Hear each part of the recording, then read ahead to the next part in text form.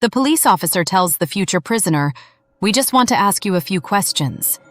This has been the ordeal because thousands of innocent Salvadorans have gone through it over the last more than 4 years of the state of exception. Victor Rodriguez, who for the past 2 days has been deceased, was captured by army soldiers.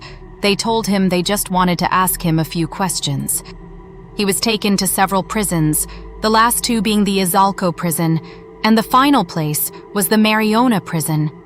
Several soldiers arrived at his home around 5:30 in the afternoon, told him they wanted to ask him a few questions, and took him to prison.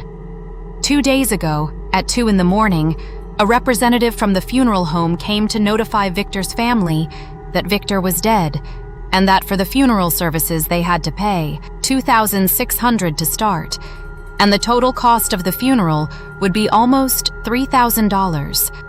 Victor's body had a fractured nose, as well as severe blows to the head and other parts of the body, in addition to multiple wounds on his body.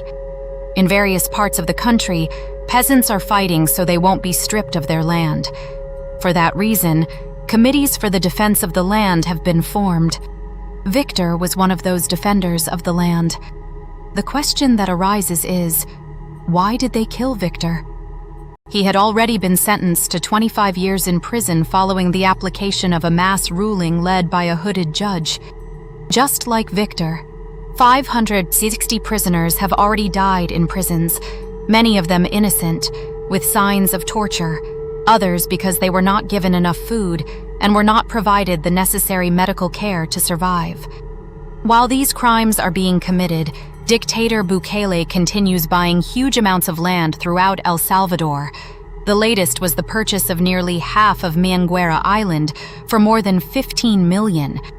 As we said in previous programs, while Bukele gets richer by becoming one of the great landowners of El Salvador, the population goes hungry, people die or are tortured in prisons.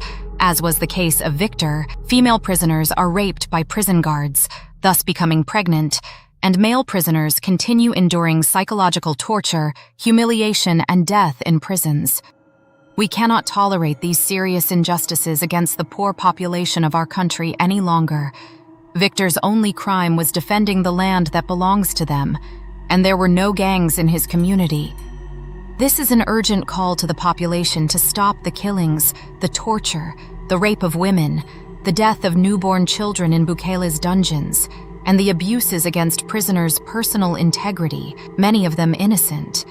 This was the reason why the government of El Salvador has been accused before the International Criminal Court of committing crimes against humanity.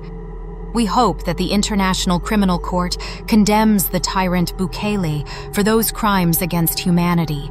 No torturer or murderer should go unpunished.